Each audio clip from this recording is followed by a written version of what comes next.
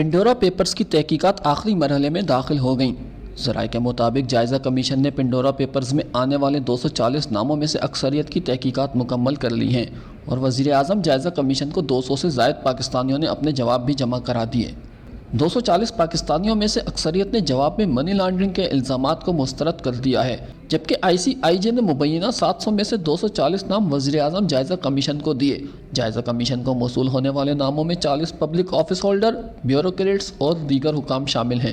وزیر اعظم جائزہ کمیشن کے مطابق 240 ناموں میں سے زیادہ تر نے ٹیکس چوری اور منی لانڈرنگ کے الزامات کی نفی کی ہے، جبکہ ICIJ کی جانب سے مزید نام بھجوائے گئے تو ان کی بھی تحقیقات ہوں گی۔ ذرائع کے مطابق جائزہ کمیشن کی فیکٹ فائنڈنگ انکوائری کا پہلا مرحلہ جنوری کے آخر تک مکمل ہونے کا امکان ہے اور جائزہ کمیشن کو state bank, SECP، NADRA, PTA اور FBR کی معاونت بھی حاصل ہے۔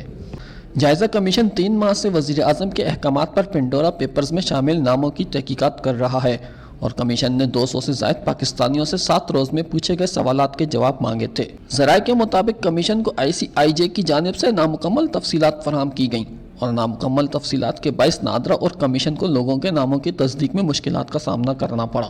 240 ناموں میں سے 30 سے 35 ناموں کی تاحال تصدیق نہ ہو سکی۔ ICIJ نے اکتوبر میں پنڈورا پیپرز میں 700 پاکستانیوں کے شامل ہونے کا دعویٰ کیا تھا۔